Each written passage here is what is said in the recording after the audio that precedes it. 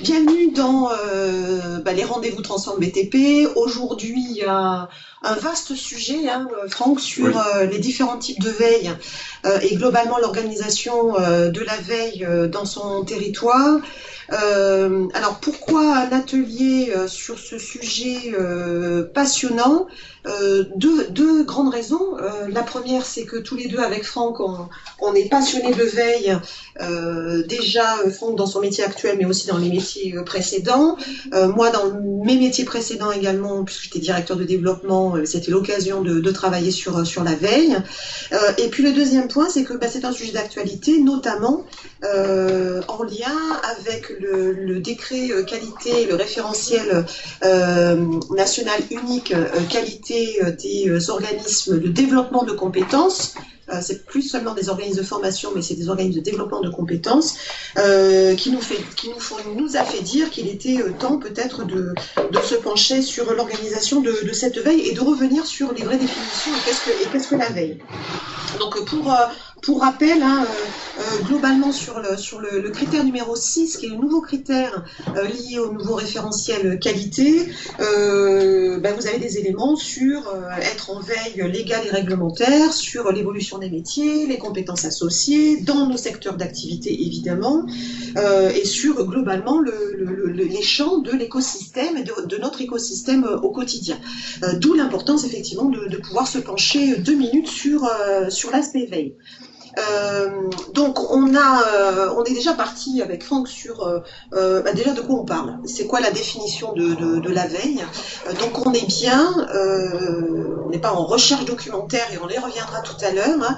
La veille, c'est vraiment une activité qui est une activité continue et active, avec un processus d'itération. Donc itération veut dire effectivement que j'enclenche de l'information, j'avance, ça me fait dire que tiens, j'ai pas pensé à telle chose et je fonctionne en mode un peu circulaire sur la recherche d'informations. Donc sur la veille, la vraie définition, c'est d'après la norme XPX 50053, c'est bien de dire c'est une activité continue, en grande partie itérative, visant à une surveillance active de l'environnement technologique, commercial, etc., pour anticiper les évolutions. Donc on est bien sûr, j'utilise la veille pour en faire quelque chose. Si je fais de la recherche documentaire uniquement, ça ne me sert pas à grand-chose.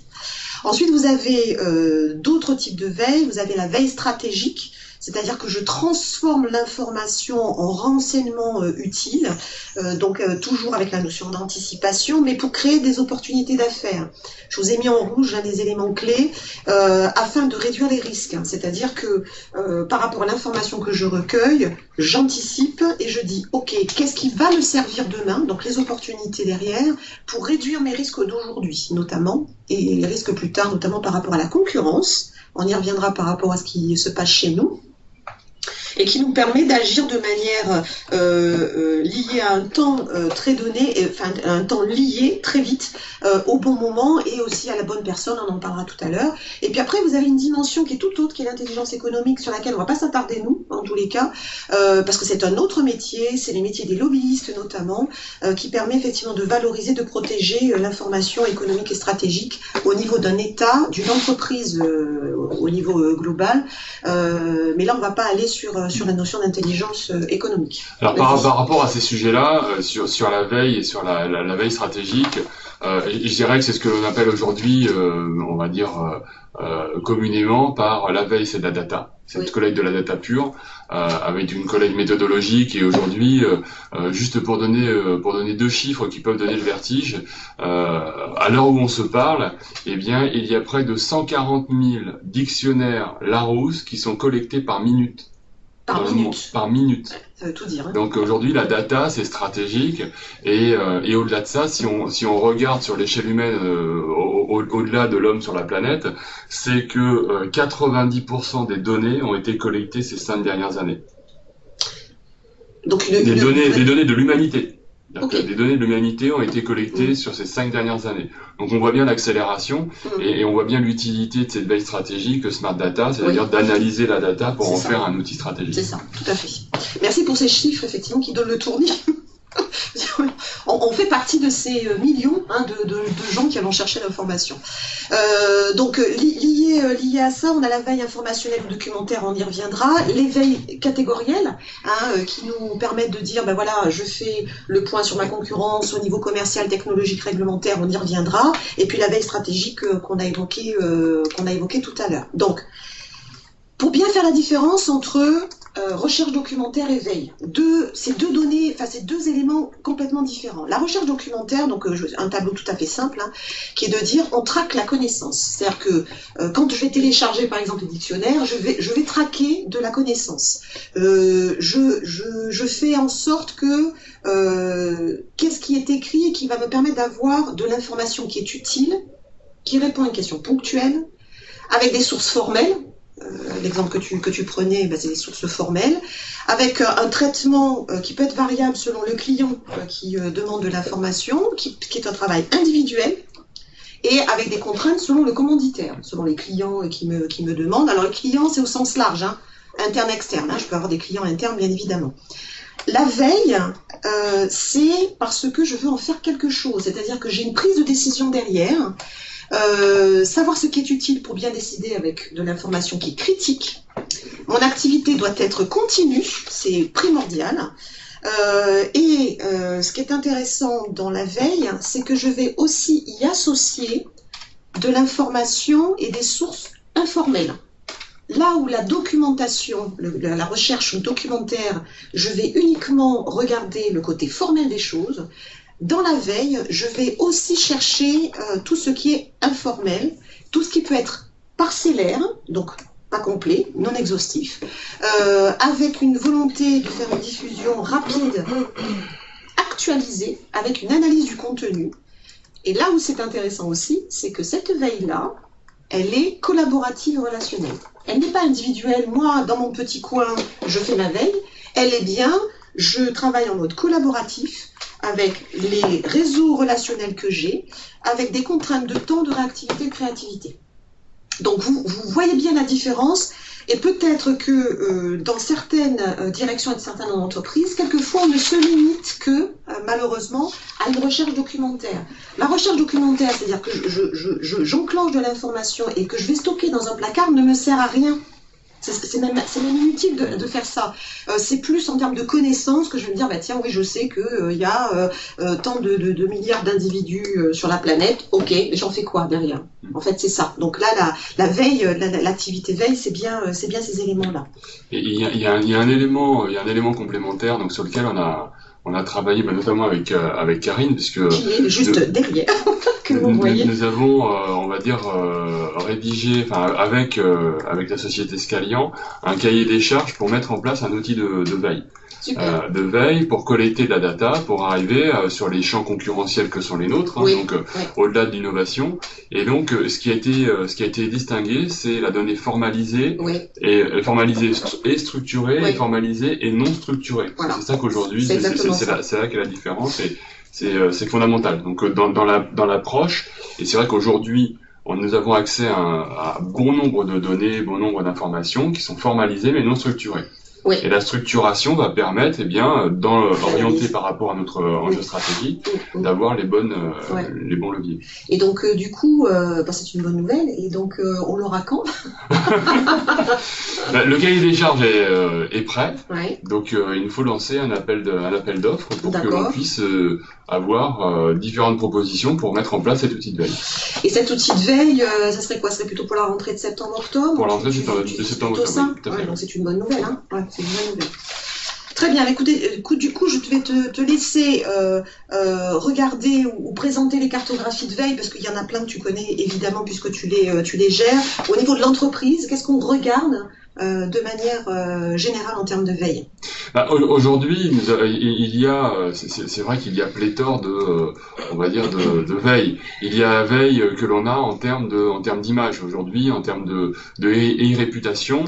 C'est stratégique. C'est stratégique puisque il fut un temps la réputation se construisait au-delà dans le cadre des relations commerciales. Aujourd'hui, eh bien, lorsqu'il y a du recrutement, ça passe par cette e-réputation, c'est-à-dire que les jeunes, que ce soit les jeunes qui viennent dans les établissements ou qui rentrent dans une entreprise, vont aller sur des sites dédiés, des TripAdvisor des entreprises, de façon, c'est Windows, je ne sais plus comment, donc pour déterminer, eh bien, s'ils ont envie, s'ils correspondent à l'éthique, aux ambitions de l'entreprise. Donc la veille d'image est extrêmement importante et est étroitement liée avec cette partie concurrentielle, veille concurrentielle et veille commerciale.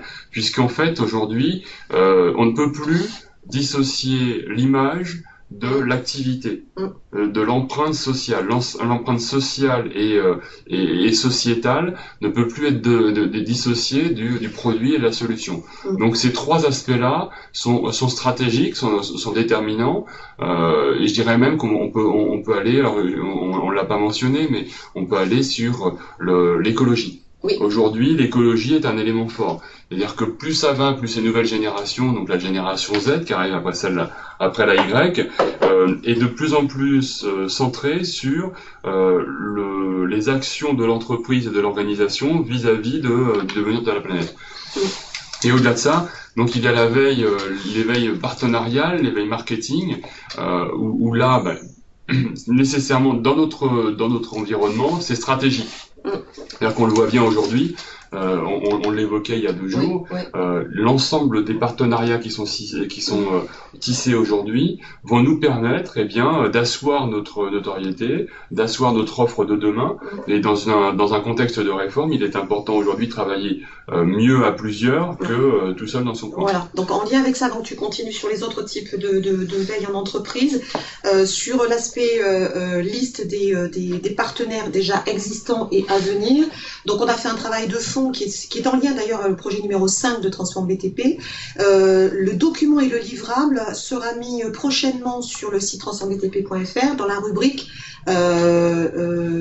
projet numéro 5 et qui basculera demain sur une page médiathèque qui est en cours. Je vous tiendrai au courant. Mais comme ça, vous allez avoir la liste complète de tous les partenariats existants, nationaux j'entends, parce qu'il y a des partenariats que vous avez créés vous, bien évidemment dans vos régions, mais au niveau national, ce qui est en cours, et les partenariats qui sont en mouvement, en cours, etc., alors qui vont aboutir ou pas, on ne sait pas, mais en tous les cas, avec un vrai travail de fond et de veille cette fois-ci, entre la direction de Franck, la direction de Jacques Olivier, et en lien avec moi sur le projet numéro 5. Voilà, c'était juste pour donner l'information. Et donc là, au regard de l'ensemble de ces items, on voit bien la nécessité, comme le précisait Isabelle tout à l'heure, d'avoir un projet, de savoir là où nous souhaitons aller, parce qu'il y a, on va dire, là, il y a une probabilité forte que l'on collecte énormément de data sans savoir forcément où aller. Si on prend aujourd'hui notre changement d'offre de service, et là c'est au cœur du sujet, on voit bien que nous pouvons partir dans tous les sens. Absolument. Avec différents modèles économiques, différents modèles d'offres, sur des actions marketing qui sont très vastes. Donc on voit bien ensuite quels sont les curseurs à avancer, quelle est notre feuille de route à dessiner de façon à structurer notre veille. Tout à fait. D'autres éléments sur la veille, on a aussi, on les a mentionnés parce que c'est important, la veille technologique, bien évidemment sur les normes et brevets, la veille réglementaire et juridique qui est très bien fait avec la direction de Christian. Et la veille sociétale au niveau RH qui est important, parce que tu parlais d'écologie, mais c'est aussi la veille sociétale de savoir les comportements, les modes de vie, qu'est-ce qu'il faut créer demain pour que l'environnement soit mieux, ou les grandes tendances qui s'y passent.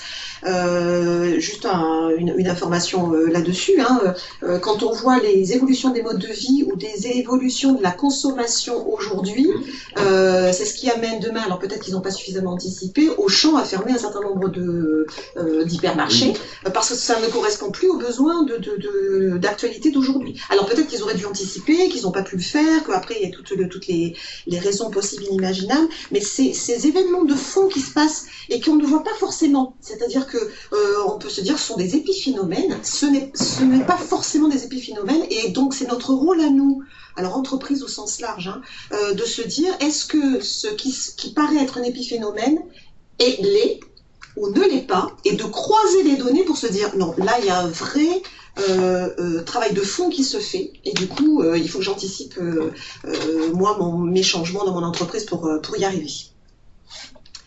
Voilà. Et donc sur le modèle théorique du cycle de la veille, donc on va y revenir de manière très détaillée tout à l'heure, mais globalement donc on vous a mis les éléments clairs, qui est de dire, c'est déjà de définir les besoins, c'est-à-dire de quoi j'ai besoin, c'est-à-dire je ne vais pas chercher l'information pour l'information, qui rejoint le point que tu évoquais sur le projet, mais de quoi j'ai besoin, de définir les sources, de collecter, de traiter, d'analyser, ne pas oublier de diffuser, parce que pareil, hein, si j'arrive sur le traitement et l'analyse, mais globalement ça reste chez moi, ça ne va pas servir à grand chose. Je diffuse pour capitaliser, pour utiliser, prendre des décisions pour de nouveau, c'est ce qu'on appelle le process itératif, définir des besoins, etc., etc., etc. Donc on va aller dans le détail cette fois-ci sur la définition des besoins. Avant ça, on va regarder aussi, ce qui est important, c'est de dire quelle différence entre, je parlais de données, un big data, document, données, informations, connaissances, compétences. Mon document, c'est juste mon support, hein. Il est porteur des données ou d'informations que j'ai. Les données, c'est les éléments bruts. C'est-à-dire que ces éléments bruts résultent d'une observation, d'une acquisition, d'une mesure, qui va impérativement générer de l'information. C'est-à-dire que l'information, c'est une donnée qui est interprétée. Hein. Donc la donnée, c'est brut, l'information, elle est déjà interprétée, qui va générer derrière de l'information qui est comprise, c'est-à-dire qu'est-ce que j'en fais, qui utilise les connaissances pour en faire des compétences dans un contexte d'activité. Hein, donc on est sur des compétences. Alors, là je vais te laisser peut-être intervenir sur les problématiques qui motivent une démarche de veille. Donc la première, c'est développer son business, hein, c'est quelque chose. C'est de développer son business, bien évidemment, donc c'est de détecter de nouveaux besoins de marché. Donc aujourd'hui, une des étapes de la veille, c'est de s'informer sur les appels à projets. Sur les appels à projets, sur les appels d'offres, ça donne un indicateur fort sur la concurrence, sur le marché, quel est l'état du marché. Et puis au-delà de développer de nouveaux business, eh bien ça permet de cartographier les différents acteurs. On va prendre conscience des pure players qu'il peut y avoir, des structures montantes. Donc on voit aujourd'hui qu'il y a beaucoup de foisonnement au niveau des startups sur des sujets qui sont, on va dire, porteurs financièrement pour elles, mais qui ne sont pas forcément porteurs en termes de business à terme. Donc cette veille permet d'identifier, on va dire, d'élaguer un peu cette multitude d'acteurs qui peuvent se présenter. Un élément clé nous concernant, c'est la réglementation. Absolument. Là, on est en plein dedans. Hein. Ça, c'est déterminant, surtout sur un secteur tel que le nôtre, à savoir la formation et l'apprentissage. Surveiller sa réputation, ça, c'est déterminant également, puisque aujourd'hui, plus que jamais, nous devons séduire les jeunes pour qu'ils viennent chez nous. Donc, lorsque l'on parle de sourcing, on parle obligatoirement d'attractivité, et on parle même d'attractivité avant même de parler de sourcing.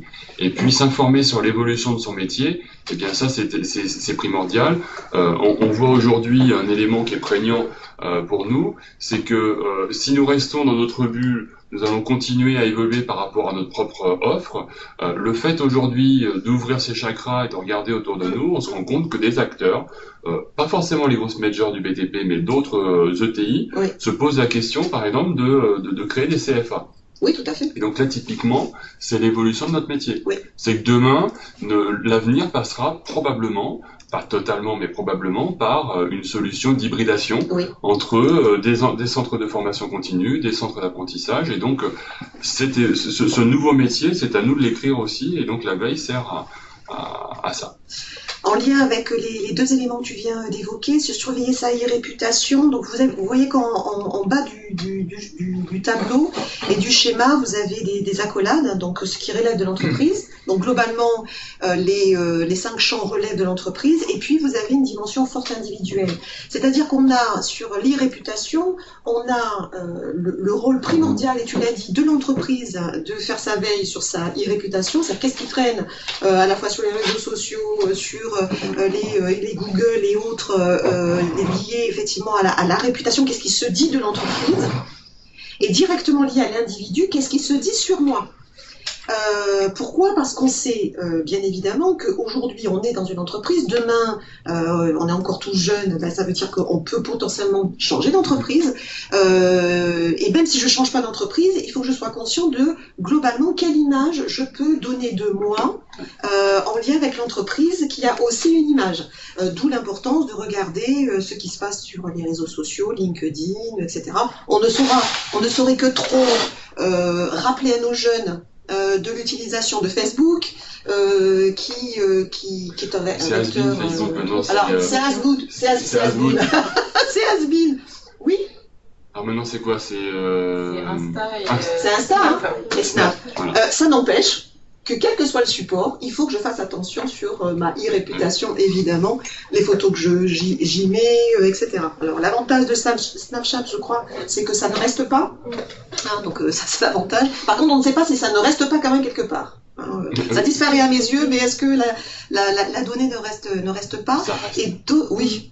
Et d'autres, la deuxième information, ça rejoint le projet qu'on a, notamment au 3CBTP, sur la promesse employeur. Oui. Parce que la promesse employeur, c'est aussi de dire, quand tu dis attirer nos jeunes et attirer les talents, qu'ils soient jeunes ou moins jeunes d'ailleurs, hein, c'est attirer les talents et les compétences. C'est un vrai travail là qu'on est en train de mener sur comment on peut attirer la notion d'attractivité pour attirer effectivement ces nouveaux talents. Voilà. Alors, là, on va rentrer de manière très exhaustive sur chacune des phases. Comment ça marche? Donc, la phase 1, donc on va se les partager avec Franck, c'est déjà la définition des besoins. Donc, sur les besoins, c'est essentiellement sous forme de questions. C'est sur quoi je dois veiller. En lien avec ça, c'est quel objectif je poursuis. En lien avec ça, quelle information je vais capter. Pour qui je vais capter ces informations-là. Donc, je vais définir les objectifs, les priorités en fonction de son domaine d'activité, des problèmes et des problématiques spécifiques à un domaine. Il faut que j'en détermine le périmètre et les axes de recherche. Est-ce que je reste sur des grandes thématiques? Est-ce que je suis sur des sujets plus précis? Et puis je vais travailler par mots-clés. Mes recherches, ça va être essentiellement par mots-clés. Hein. Donc ça va me permettre d'aller bien plus loin. Donc cette phase 1, gardez en mémoire, elle est primordiale. Si on la zappe, tout ce qu'on va chercher derrière sera forcément inadéquat. C'est-à-dire que de fait, je vais générer de très mauvaises décisions en lien avec l'information que j'aurais trouvée. Tout va bien jusque-là? On n'a pas de questions? Non? Ok. Pas de questions, tout va bien. Impeccable. Alors la phase 2, Franck, sur la définition des sources d'information. La définition des sources d'information. Alors c'est vrai que ça peut paraître, on va dire très dense. Très délicat, parce qu'il y a aujourd'hui tellement de sources d'informations qu'il serait vraiment prétentieux d'imaginer tout couvrir. Donc la première démarche, c'est d'identifier le type de source d'information à exploiter. Donc c'est de choisir ces sites, et là c'est là que le réseau et la démarche collective est primordiale. Oui. C'est que à plusieurs, il y a un maillage qui va se faire, et il y a une redondance de cibles, de sites sources qui va pouvoir se ressortir, et donc arriver à affiner la source des informations, les sites à lister. Donc ensuite, la liste du type d'informations à collecter. Donc on le disait tout à l'heure, donc ça peut passer par des articles de presse, des fiches techniques, des rapports. Donc ces éléments-là vont avoir la coloration des sources qui ont été sélectionnées au préalable. Donc il est vraiment important de bien choisir et de bien travailler en amont. Lister les sources d'informations déjà connues, alors ça c'est bien évidemment, c'est ce que l'on oublie souvent. C'est ce que l'on oublie souvent. Là, je prends un exemple pour nous.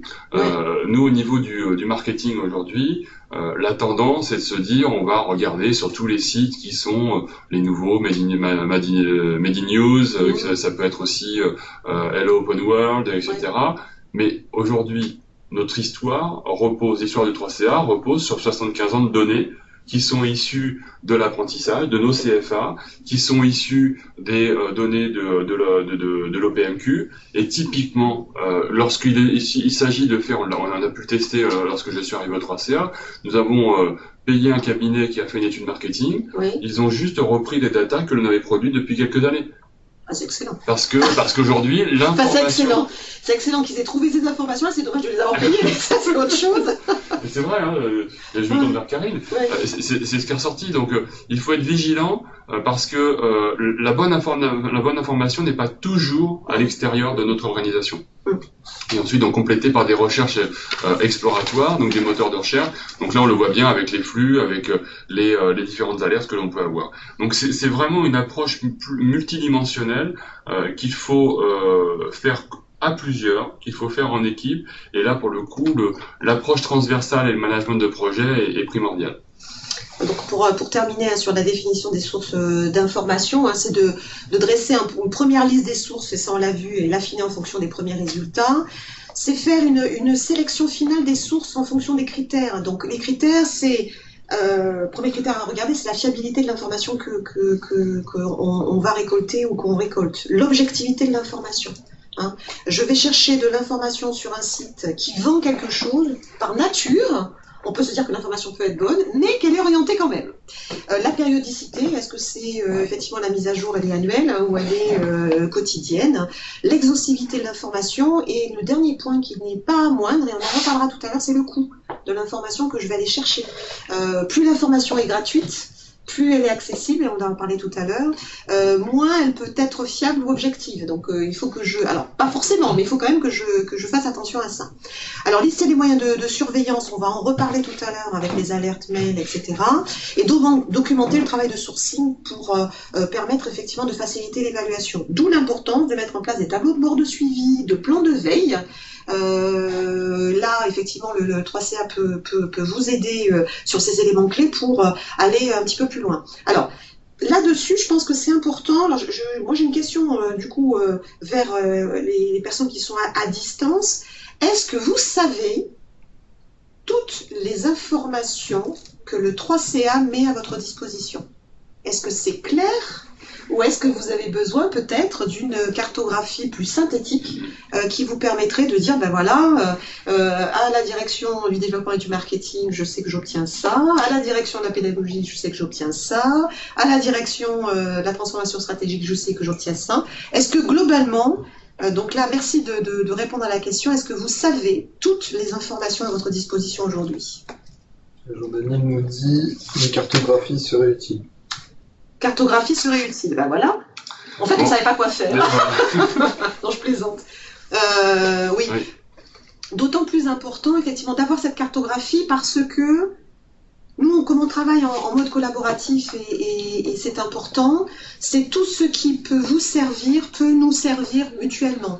C'est une fois qu'effectivement on aura cette cartographie, et elle ne sera pas compliquée à faire puisque elle existe, les sources d'information existent, ça vous permettra justement d'aller plus loin sur qu'est-ce qu'il faut que vous cherchiez vous sur vos territoires pour être encore plus performant.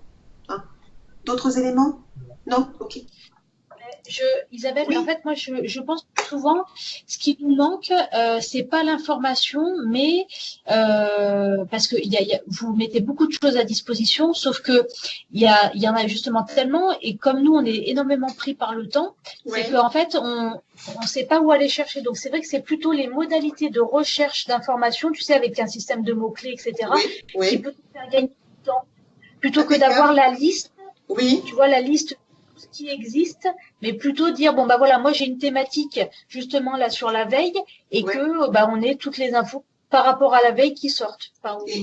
Parce qu'après tu dis que toi, c'est classé par action au niveau de Transform BTP, mais nous, au niveau des CFA, on peut avoir besoin d'informations qui vont être recoupées dans différentes actions. Absolument, absolument. Donc je le note, hein, c'est de l'information et de savoir où elle est. Ouais, voilà, c'est... Impeccable. Oui, ok, mais écoute... De structurer l'accès à l'information. Ouais. Tu voulais dire autre chose, Sophie? Voilà, c'est ça. Non. Enfin voilà. Après, c'est juste les modalités d'entrée, donc c'est pas forcément, tu vois, un gros travail d'organisation. Enfin, parce que ça c'est déjà fait. Enfin, pas de réorganisation, mais plus d'accès. Voilà. Oui, ok. Pour moi. Okay. Ouais. C'est bien noté. On va vous préparer. On va préparer tout ça, et même pour nous, je trouve que ça serait très pertinent du coup. Ok, ben merci pour ces retours. Je regarde pas du tout l'heure, donc je sais pas du tout si on est 10h05. Ok. Alors. C'est important de se pencher 2 minutes sur c'est quoi l'information et les typologies de l'information. Hein. Donc vous avez globalement l'information formelle, donc structurée, provenant d'une source identifiée et datée, des ouvrages, des articles de presse, des rapports officiels. Pas besoin d'être sorti de Saint-Cyr pour bien comprendre ce qu'est l'information formelle. Après, vous avez l'information informelle, qui est plutôt orale, mais qui peut être en mode écrit via les mails, donc ça reste quand même très confidentiel, parce que si je suis pas dans l'entreprise, j'y ai pas accès. Elle provient souvent des réseaux de relations internes-externes, les collègues, les clients, les associations régionales, les CFA. Elle est en général partielle, mais elle nécessite un recoupement, une vérification plus poussée. Hein. Donc j'obtiens cette information-là. Donc j'ai mon 6e sens qui s'active et il faut que j'aille chercher pour recouper. C'est ce qui me fera dire d'ailleurs, est-ce que c'est une information ou est-ce que c'est une rumeur? C'est d'autant plus important parce que je peux avoir lancé quelque chose dans l'entreprise ou même dans la vie de tous les jours. Si on fait passer les fake news, hein, comme j'aime pas ce personnage, mais en tous les cas, ça c'est important, les fake news. Est-ce qu'effectivement c'est pas une information vraie ou c'est une information vraie, hein? Et les médias s'amusent beaucoup à nous balader pour qu'on n'obtienne pas l'information vraie. D'où l'importance effectivement d'être hyper vigilant là-dessus. Et en dessous, ce qu'on vous a mis, c'est à titre d'information, hein, vous avez l'information blanche qui est globalement à 80% des informations qu'on obtient aujourd'hui. Elle est dite blanche parce qu'elle est facilement accessible et elle est visible. Après, vous avez l'information dite grise. Donc, l'information grise, c'est à hauteur d'environ 15%. J'ai quand même des difficultés à l'obtenir. En général, c'est des informations sensibles qui proviennent d'indiscrétion. Alors, l'indiscrétion, on la vit tous les jours. Dans le TGV, dans l'avion. Non, mais c'est fabuleux. Dans l'indiscrétion, c'est des discussions au comptoir du TGV où on va parler de la concurrence, du machin, etc. Les gens ont l'impression d'être tout seuls, sauf qu'on est à côté. Alors, est-ce que c'est moral, pas moral ? On va pas traiter l'information et le sujet aujourd'hui, mais en tous les cas, j'accède à quelque chose.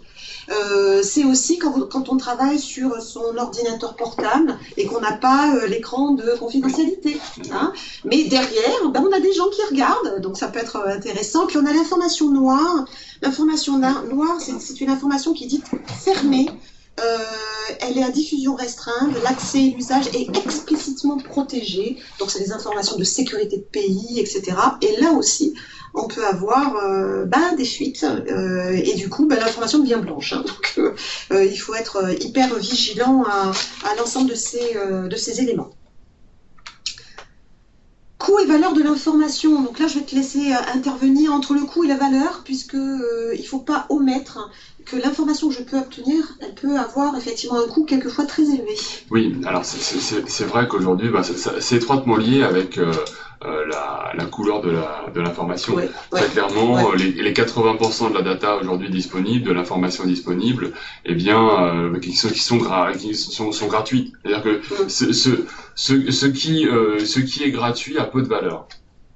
Donc c'est peut-être on va dire une lapalissade de dire ça, mais aujourd'hui l'information, je dirais l'information people, etc., ou des informations que l'on voit apparaître sur tous les sites en boucle, eh bien c'est de l'information qui n'a pas de valeur stratégique. En revanche, plus on va monter vers cette information noire, en passant par la grise, eh bien on va arriver à je pense aux notes AEF, je pense aux newsletters que l'on va payer. Donc, vont nous apporter des éléments stratégiques. Et donc là, nous allons devoir faire un juste équilibre entre le coût financier de la donnée et puis la valeur de l'information pour nous, c'est-à-dire le retour sur investissement. Alors, juste peut-être un bémol par rapport à l'exemple que tu as pris.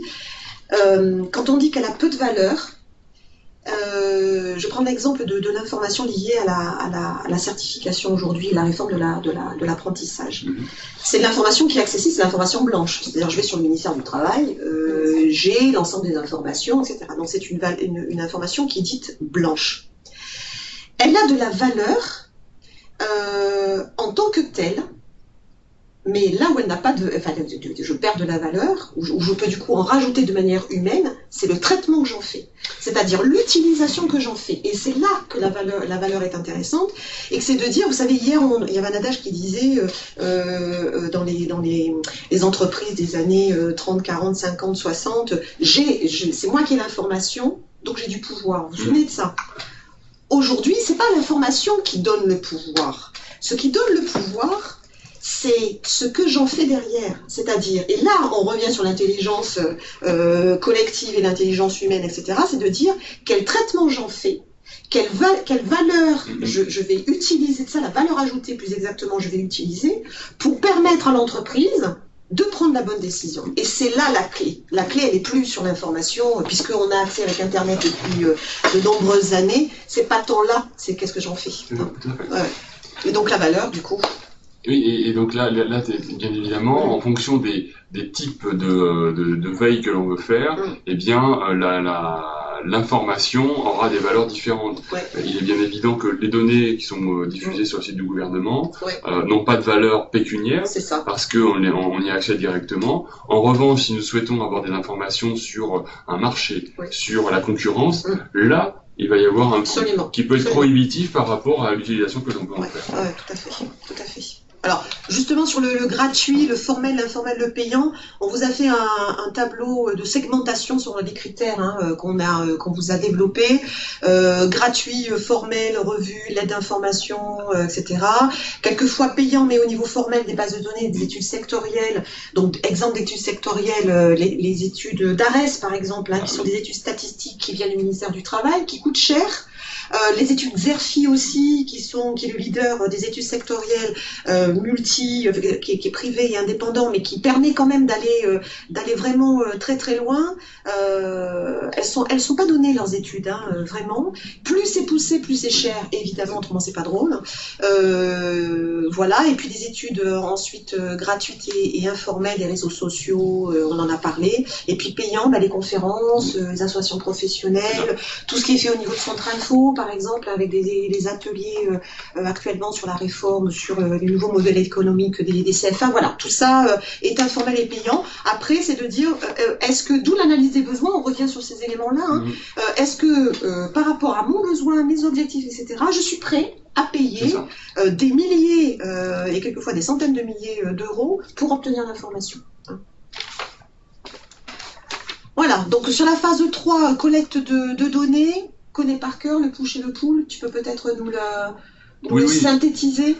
Alors, donc la collecte des opérations, donc est une opération continue et régulière. C'est le parallèle que je ferai avec l'innovation, où on imagine que l'innovation c'est une idée une idée qui tombe du ciel. Non, c'est un processus. Eh bien, c'est la même chose. Donc, il faut organiser en fonction des sources d'informations sélectionnées.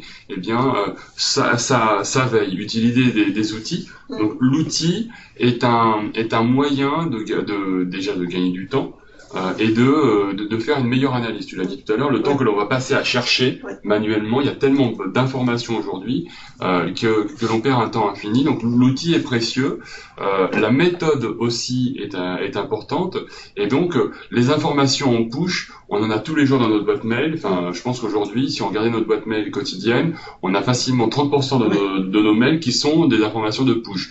Les alertes mail, les flux RSS, donc ça c'est de la donnée qui nous provient régulièrement. Et donc ces éléments-là, aujourd'hui, il y a un moyen de trier l'information de manière manuelle ou automatisée, donc d'où le bon choix de l'outil de veille. Et puis, eh bien ça donc c'est ce que l'on appelle le push, et le pull, eh bien ça c'est je dirais c'est de la donnée qui peut être faite par des moteurs, par des robots qui vont aller capter l'information au regard de mots-clés. Donc on voit bien aujourd'hui la nécessité d'avoir les deux, puisque en fait l'information qui est dans le push, eh bien l'information push va être bien souvent on va dire payante si on veut qu'elle soit de qualité. Alors après ça dépend du registre. On voit bien la note AEF par exemple, donc ou c'est Newstank RH. Oui, tout à fait. Donc ça typiquement c'est de l'information qui est payante et donc qui est sélectionnée, qui est déjà triée en amont. Et ensuite, eh bien le pool, là c'est la puissance de l'outil que l'on va utiliser, c'est la puissance de la méthodologie employée qui vont faire que nous allons collecter de la bonne donnée et nous allons pouvoir la structurer. Donc autre exemple, on vous les a remis ici, des outils de collecte qui peuvent être intéressants à regarder selon nos secteurs évidemment. Alors Google Alert qui peut nous permettre effectivement de collecter de la donnée. On a Double Trade qui en fait est un site qui permet de référencer tous les appels d'offres et qui a notamment une partie bâtiment et travaux publics. Donc ça c'est le côté intéressant.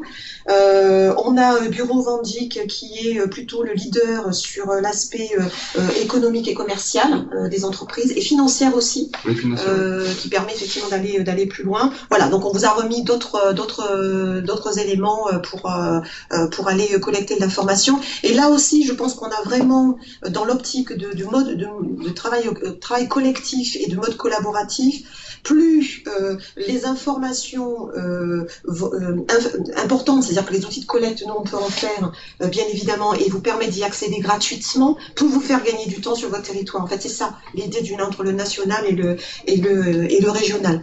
Ensuite, sur le traitement et l'analyse des principales phases, c'est la sélection des infos pertinentes. Je vérifie et je recoupe par thème et par acteur. Est-ce que l'information que j'ai obtenue là, finalement, je la retrouve ailleurs ou pas, ou elle est un petit peu différenciée? Je hiérarchise, j'organise et je classe. J'analyse, je synthèse pour mettre en perspective. N'oubliez pas que l'activité veille, c'est bien pour qu'on puisse prendre des décisions. Donc, il faut que j'organise l'information et la mettre en perspective pour réaliser un livrable. Donc, ce livrable de veille, c'est déterminé par rapport au commanditaire ou au client interne ou externe. Est-ce que c'est une note, un rapport de veille ou autre chose qui me permet d'aller plus loin? Alors une fois qu'on a fait tout ça, il faut diffuser les résultats parce qu'autrement ça sert à rien, toujours pareil.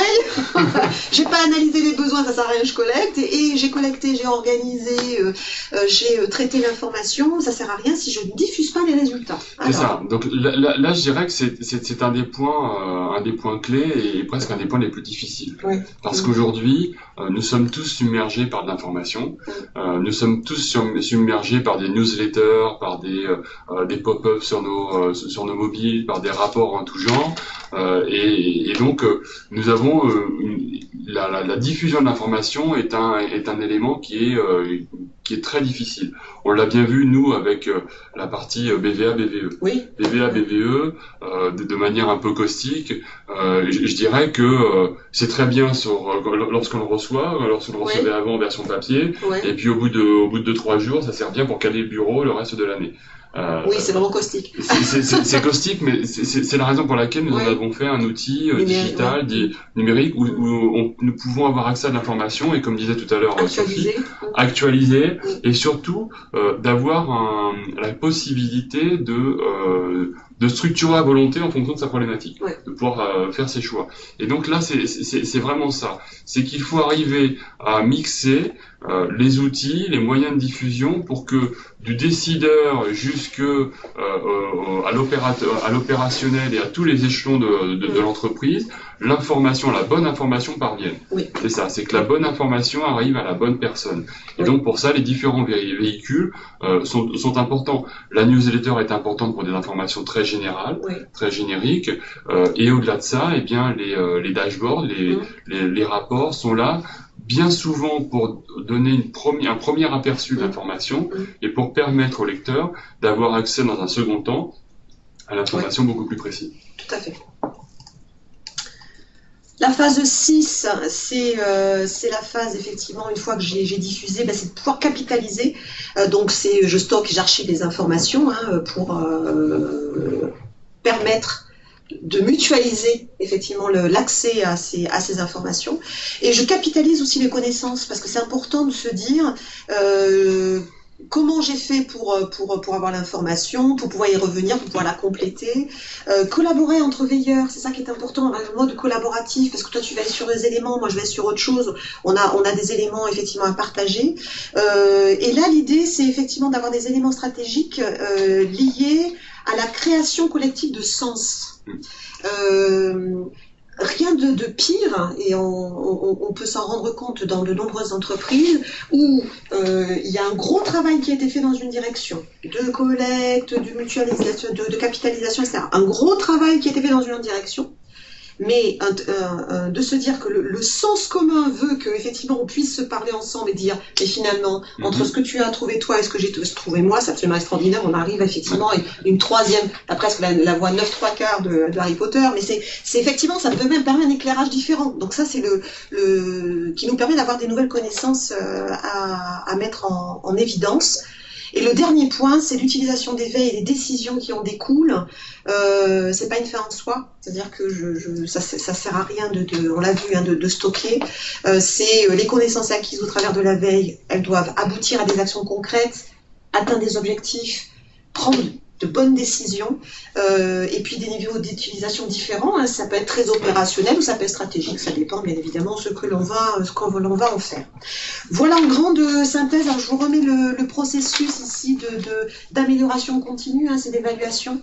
Il nous a servi à garder en mémoire comment je dois faire une veille de l'analyse des besoins jusqu'à l'utilisation, et puis ensuite c'est revenir et se dire là où on n'a pas été bon, et quelles décisions on prend aujourd'hui pour être encore meilleur demain, pour être vraiment dans un processus d'amélioration continue que les férus de qualité adorent, mais qui est indispensable pour ne pas reproduire les mêmes erreurs. On a été un peu rapide à la fin. On est désolé parce qu'il faut respecter le timing. Globalement, alors si je reviens sur notre super groupe, est-ce qu'il y a des questions, des commentaires particuliers par rapport à cette présentation commune?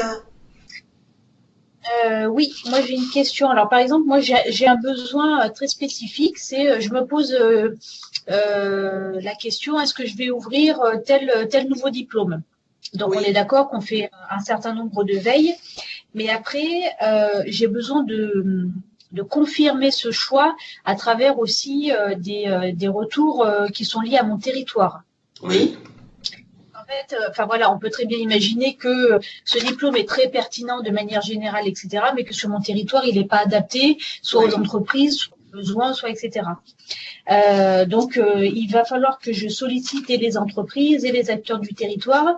Est-ce que vous avez créé, je ne sais pas, un outil qui permet de recenser justement les besoins du territoire, peut-être à travers des lettres qui demandent des informations aux entreprises, qui permettent, parce que les entreprises, des fois, elles vont savoir ce dont elles ont besoin sur le court terme, mais le moyen et le long terme, c'est plus compliqué. Sur le moyen et le long terme, tu t'orientes plutôt sur d'autres acteurs. Donc, est-ce que vous auriez identifié, je ne sais pas, par thématique, les différents acteurs à recenser et le type d'outils à utiliser pour aller recueillir l'information ou le besoin ou l'engagement? Donc tu es vraiment sur comment t'aider à organiser ta veille sur ton territoire en fait. C'est C'est ça. C'est ça. Hein. Aujourd'hui, j'ai une réponse en 3 temps. La première réponse, ce sont les enquêtes territoriales. Donc ces enquêtes territoriales vont être proposées sous format digital à compter de septembre. Donc ça va vous permettre, au-delà des enquêtes papier qui étaient là jusqu'à présent, eh bien de pouvoir utiliser le modèle, on va dire, j'appelle ça un peu le Rubik's Cube, pour arriver à déterminer quels sont, on va dire, quel est l'environnement marché, ton environnement local et régional. Donc ça, c'est le premier élément de réponse. Le deuxième, nous avons pris 5 licences auprès de Randstad pour utiliser leur outil qui s'appelle Smart Data. Donc Smart Data est un outil d'intelligence artificielle qui permet de collecter des données, que ce soit les données Pôle emploi, les données d'intérim, les données INSEE, les données de l'ensemble du marché. Ça permet de connaître sur une localité quels sont on va dire quels sont les besoins en temporaire, en flex et en fixe, hein, donc en temporaire et en CDI et CDI sur une ville, métier par métier, de faire ressortir les métiers en tension et de faire ressortir, je dirais, les attentes des entreprises sur des secteurs d'activité par rapport au code ROM. Donc là, on est quand même plutôt sur. Alors ça c'est intéressant, mais on est effectivement plutôt sur le segment du court terme. Alors parce que c'est un besoin immédiat qui est à couvrir. Comment ? Elle veut de la prospective. Oui. Alors c'est du court terme. C'est du court terme, oui. C'est du court terme qui est mis à jour régulièrement, mais ensuite ça permet d'analyser une tendance. Et je pense que et là le troisième temps de ma réponse c'est celui-ci. C'est que aujourd'hui, c'est ce que tu évoquais, c'est qu'une enquête auprès de tes entreprises va te permettre d'avoir, on va dire, des éléments d'information des entreprises à chaud. C'est-à-dire qu'une TPE-PME aura du mal à définir ses besoins dans 5 ans. Maintenant, là, ces éléments que tu cherches, nous y avons accès au travers de l'Observatoire des métiers du BTP. Donc ça va toucher par exemple, alors les études qui sont en ce moment dans les tuyaux ou celles qui sont passées, c'est la fonction études en entreprise, c'est la filière bois, c'est l'industrialisation des métiers du BTP. Donc ça typiquement, ce sont des tendances de fond. Quand on parle de l'industrialisation des métiers du BTP, eh bien ça induit une évolution de l'artisan qui va devoir utiliser des éléments préfabriqués. Donc ça pour moi c'est le troisième élément et c'est de la prospective comme disait Karine à l'instant. Et ça je dirais que il nous faut de l'analyse de données. Et là pour le coup ça va dépendre de la subtilité des uns et des autres. Donc ça va dépendre de toi par rapport à ta connaissance de ton bassin. Et ça va dépendre aussi des antennes que tu peux avoir au niveau politique. Parce que la politique de la région va déterminer la politique de l'emploi de demain. Ouais, là, je suis en train d'essayer justement de faire des groupes de travail au niveau du territoire avec justement les politiques, etc., pour avoir une vision à court terme, à moyen terme. Mais ça nécessite un gros travail d'analyse, enfin, tu vois, de faire d'amener les différents acteurs à se rencontrer. Enfin, c'est pas simple. C'est super intéressant, mais ça prend du temps du coup et en termes de réactivité. C'est pas toujours évident parce que une fois que tu as récolté toutes ces données, il faut ensuite t'orienter vers les entreprises en disant OK, nous on a identifié ces besoins-là. Est-ce que vous êtes d'accord avec nous et est-ce que vous voulez vous engager avec nous? Du coup, tu vois, c'est vrai que on essaie d'être réactif et je me rends compte que c'est pas si facile que ça de dire voilà, même avec la réforme normalement on est censé pouvoir ouvrir des diplômes très rapidement, très facilement, etc. Ouais. Sauf que l'information pour avoir aussi une certitude en termes de rentabilité économique, elle est longue. Elle est longue, donc du coup, c'est des investissements, c'est des crédits, une prise de risque qui se mesure. On est plus du tout sur les mêmes schémas de fonctionnement que jusqu'à maintenant. Donc il faut quand même qu'on ait des éléments qui soient très factuels, très pertinents, très objectifs pour prendre la bonne décision. Bon, là aujourd'hui, je pense qu'on peut plus se permettre de faire des erreurs, quoi. Ouais, en lien, moi ce que j'entends derrière ce que tu dis, c'est que, et je pense qu'on est tous en phase, même les personnes qui se trouvent dans la pièce, c'est on a quand même une multitude d'informations. C'est-à-dire que la collecte, elle est faite chez nous, elle est faite chez vous, etc. Et là, tu as mis le doigt effectivement sur le point, et on en a parlé tout à l'heure, mais le point central, c'est l'analyse, la synthèse, le traitement de l'information pour prendre une décision derrière. Cette organisation-là, moi, ce que j'entends, c'est que tu as besoin de... tu aimerais un appui là-dessus, ou peut-être en termes de méthodologie pour travailler sur ce point. Ouais. Moi, j'allais te le proposer, Sophie. Ça fait partie de notre, on va dire, de notre feuille de route aujourd'hui, notamment sur le marketing. Donc, nous avons commencé par nous outiller sur de la donnée fraîche. Quand je dis donnée fraîche, parce qu'on l'a évoqué rapidement tout à l'heure, hein, au-delà du niveau d'accès à la donnée, il y a la fraîcheur de la data. Aujourd'hui, nos data, c'est année N-1, voire -2. Ouais, donc on passe notre temps à regarder dans le rétroviseur. Là, la donnée, quand je parlais de Smart Data, c'est de la donnée à T0. Bah déjà, T0, c'est T0 moins un mois. Maximum, c'est T0 moins un mois. Donc, ce qui fait que ça, c'est un élément important. Et dans ce que tu dis, je pense qu'il faut que l'on change de posture. Nous, quand je dis nous, c'est nous au 3CA et vous au niveau du réseau, parce que nos principaux clients, notre principal champ de vision, ce sont les TPE-PME. Et les TPE-PME ne sortent pas la tête de leur guidon. En revanche, c'est l'ETI. C'est l'ETI qui va dicter le marché de demain. Parce que l'ETI a les moyens. Les grands groupes ont déjà commencé à tracer leur route et on a une visibilité par leur rapport d'activité. Mais les ETI vont dessiner le paysage économique de demain. Donc, dans la démarche que tu souhaites engager, et là-dessus, je te propose qu'on s'associe à ta démarche pour que on t'accompagne dans la structuration d'une veille de questionnaires à destination des ETI. Nous avons aujourd'hui une base d'ETI nationale avec une empreinte forte sur chacune des localités, qui va nous permettre de les consulter, ces ETI, de façon à t'apporter une réponse. Et quand je te dis ça, c'est valable aussi pour l'ensemble, hein, pour les différentes régions. Bien sûr. Donc ça peut être l'occasion de mettre en place ce service complémentaire à ce que nous proposons. Absolument. Okay. Ah bah oui, moi je prends. Non, mais je pense que beaucoup vont prendre. Hein. C'est effectivement une excellente idée. Est-ce que du coup il y a d'autres commentaires ou d'autres questions? Est-ce que ça vous a éclairé, servi? C'était nécessaire? On a eu raison de le faire? Oui, mais de toute façon, c'est une question centrale aujourd'hui de la survie des CFA quand même. Hein. Donc, oui. Ok. C'est une nécessité. Après, je suis d'accord sur le fait que c'est important de nous accompagner là-dessus. Enfin, moi, je le dis pour moi parce que je suis pas forcément au top sur cette façon d'appréhender les choses. Donc, j'essaie de récolter effectivement des infos, mais il faut structurer les choses et il faut faire des ponts entre tout. Oui. Et comment faire tout ça dans un temps extrêmement restreint, n'est-ce pas? Oui, on sait que c'est compliqué pour vous.